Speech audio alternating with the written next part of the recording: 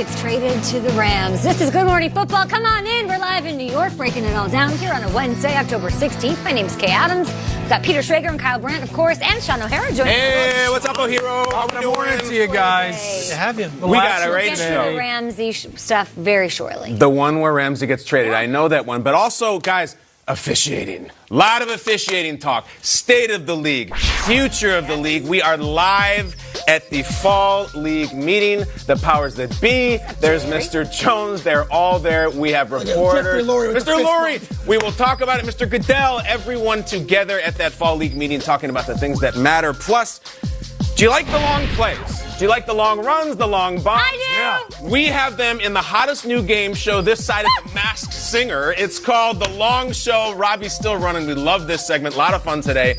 And guys, after the Patriots, who's the best team in the AFC? I happen to think they play in Buffalo. I think it's the Bills. And we have the head coach, Sean McDermott, coming on this morning. Whoa. Talking about them coming off the bye week. Are they is this a 12-win team, guys? Look at the schedule. It's really friendly. McDermott coming on this morning. We had the bologna sandwich eating coach Doug Marrone on the show about a week ago, talking all things Jags, State of the Union, his relationship with Jalen Ramsey. And then last night, huge news out of L.A. The Rams traded for Jaguars cornerback Jalen Ramsey after trading away Marcus Peters to the Baltimore Ravens. The Rams posted this on IG. You can't spell Ramsey without Rams. How Gotcha. are they sitting on that one, I wonder? Yeah. Ian Rappaport is in Fort Lauderdale live at the Fall League meeting. Here to break down some huge stories yesterday. Give us everything you know. Yeah, no doubt. It was a huge day for the Los Angeles Rams yesterday, completely remaking their defense. Let's start with the biggest move that the Rams have done really in several years, trading for Jaguars Pro Bowl cornerback Jalen Ramsey, who, of course, has been the target of media speculation, trade talks, and everything over the course of the last month. We know that Ramsey demanded a trade from the Jaguars. Owner Shad Khan specifically wanted to make sure that they, one, either did not trade him, or two, if they were going to trade him, they needed 2 first-round picks. They actually got more than that. 1 first-round pick this year, 1 first-round pick next year, and a late-rounder in 2021 as well. And now Jalen Ramsey goes from the Jaguars to the Los Angeles Rams. Expect them to play a lot more man-to-man defense, really lock down some receivers and get after people like they have not done for most of this year. But obviously, that was not all the Rams did yesterday. They also did a little subtraction in their secondary. Marcus Peters, their Pro Bowl corner, they traded for such fanfare from the Kansas City Chiefs a couple years ago.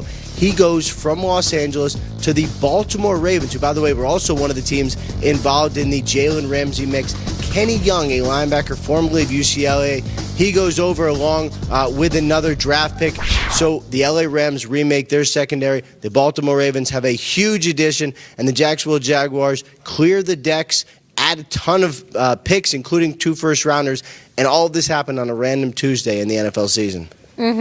And the Ravens, of course, inherit a nice little tandem now with Marcus Peters and Marlon Humphrey, who's been playing lights out this season.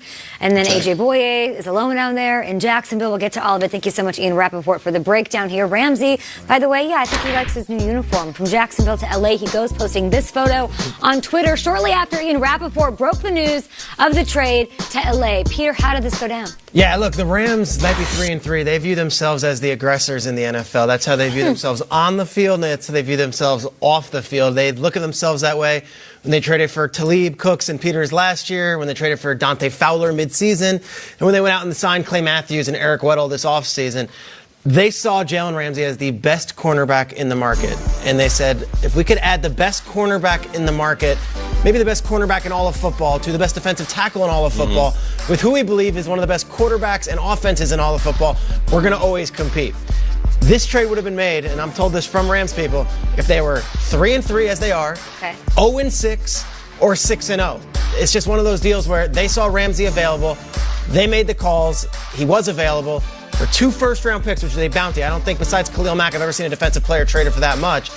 But here's the connection. Les Snead and Dave Caldwell worked together. They're the 2 GMs of these teams. They worked together in Atlanta through the mid-2000s. 2 guys who have known each other forever. They always have an open line of communication. Once the 2 first-round picks were brought up, then the Jaguars said, okay, we'll loosen up on the we're not going to trade Jalen Ramsey side of it. One key note, the Rams believe that Jalen Ramsey will be healthy, will not miss any more time with that back injury. Oh, the back might feel okay? Might feel okay. That's awesome. And they also view Jalen Ramsey, as someone who's on a contract right now that they will honor, that is not necessarily going to do the Khalil Mack or Aaron, I need a new contract once I'm traded, or Antonio Brown. Jalen Ramsey, they believe, will play, or at least they're under the belief, will play under this current contract and is not going to ask to have it teared up and written a new one immediately. Oh. So you get Ramsey on his rookie deal still. You get rid of Peters, you move Ramsey in there, and guess who's up this weekend? Julio Jones. Hey. So let's go. They're 3-3.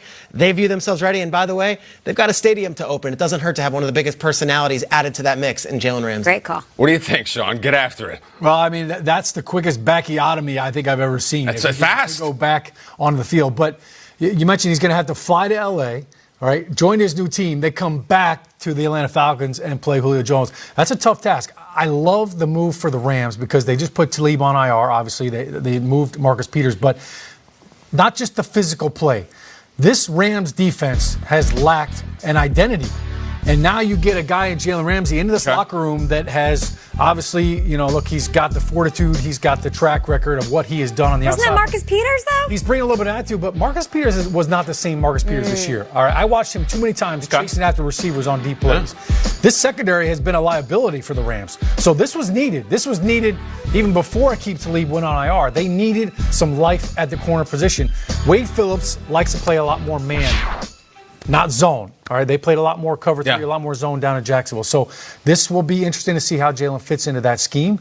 But I like the personality that it brings. I don't want happy Ramsey, by the way. Sure. I don't want happy. I want angry Jalen Ramsey. I know he's happy. He's got his new team, and he's going to be a hard place to be angry. out in California. But I want him fired up, and I want him. The guy that we all loved is the guy that was trash talking and backing it all up. That's what they need. No, I think that's the one they're going to get, too. I think this is the first Rams win in a month. I think this is huge.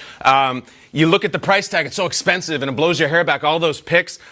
I don't care about picks. I like players. I like a bird in the hand. If I was to say to you guys, I'll give you 3 New York Scratchers, or I'll give you $50. Take the $50. Do you think that the Bears are happy with the picks they spent for Khalil Mack, or the Cowboys for Amari Cooper, or the Texans for Laramie Tunsil? Yeah. They got one of the most top 5 coveted players in football at the right position.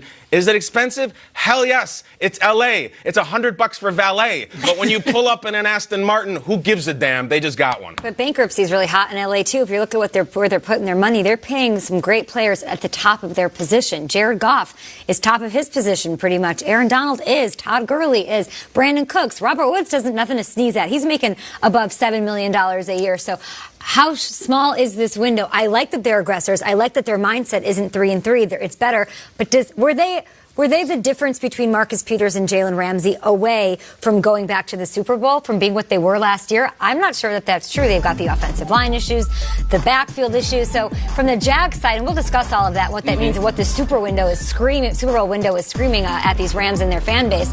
From the Jags side, they now have 4 first-round picks over the next 2 years. They had 18 picks. That's a lot of scratchers. Odds are you might be building for your future. And I'd like to just pose the question, what more could the front office have done other than back up a Bringstrup to a player who didn't want to be there? How could they have handled this differently? Didn't the Jags sort of win here pulling in that haul? It's tough because the front office is complicated. I feel like they had a window to sign him to that deal, and maybe they blew it. However, if I'm a Jags fan this morning, we know a lot of them watch the show. I'm pissed off. I'm furious. We just lost our best player. We lost one of the best players the franchise has ever had. I would have lied down behind his car in the parking lots and let him leave. I think it's a loss. But I like that the second things with bad trades, they didn't say, okay, let's take the first offer and trade him. They waited. I like even just that, the fact that they waited a month, the back injuries, that I'm not playing, that I don't feel good, and they waited until it was just right and got a lot back for him. They got 3 picks, 2 in the first round. And that's the thing, I think. When I was doing work on calling around the league, everyone's like, yeah, Jaguars want 2 first-round picks for Jalen Ramsey, and a lot of other teams are like, you don't give up 2 first-round picks for a guy who's going to be a free agent next year. They got 2 first-round picks and then some. So from the Jaguar side of it, he wasn't on the field, and I'll tell you, there's a lot of expectation that he was going to be able to go last weekend. And when he didn't go last weekend and didn't play Sunday, I think that kind of felt like, all right, maybe he's never going to play for us again. Both sides, to me, both sides are winners this morning. Yeah. I know that's easy to say, and we want to do an immediate hot take. Rams got a guy that's going to be a difference maker, and the Jaguars are set up for the future with 2 first-round picks. I like that, too. We'll talk It's about amazing the the Ravens turnaround as well. because it was trending in the opposite direction. Yes. It was trending bad. So to your point, the fact that they got that run, I don't think they were actively trying to trade him. I don't either. But when you get that call, you can't turn that down. I mean, it's like what the Giants got for Odell Beckham. You get that call, that 2 first-round picks. Mr. Khan, yes, we're going to what? Sure. Sell. The trade right deadline away. is the 29th. We've got a ways to go. So maybe the Rams make some more moves. Maybe the Eagles make a move. We'll talk about other teams that we think should be aggressive as we look ahead to Week 7, which is, by the way, a night away. Here we go. Chiefs, Broncos, let's go. But let's talk about the AFC East. Are we overlooking the Bills as serious contenders this season? Yes. Triggs, they were in your top 5, were they? They were not in my top A lot 5. of NFC love. 4-1 and no Bills. Well, Sean McDermott's on the show. wanna hear what he We've got thinks. some splaining to do, and there's plenty to talk about at the league meetings down in Fort Lauderdale. The fall league meeting, we will go there live to Judy Batista next.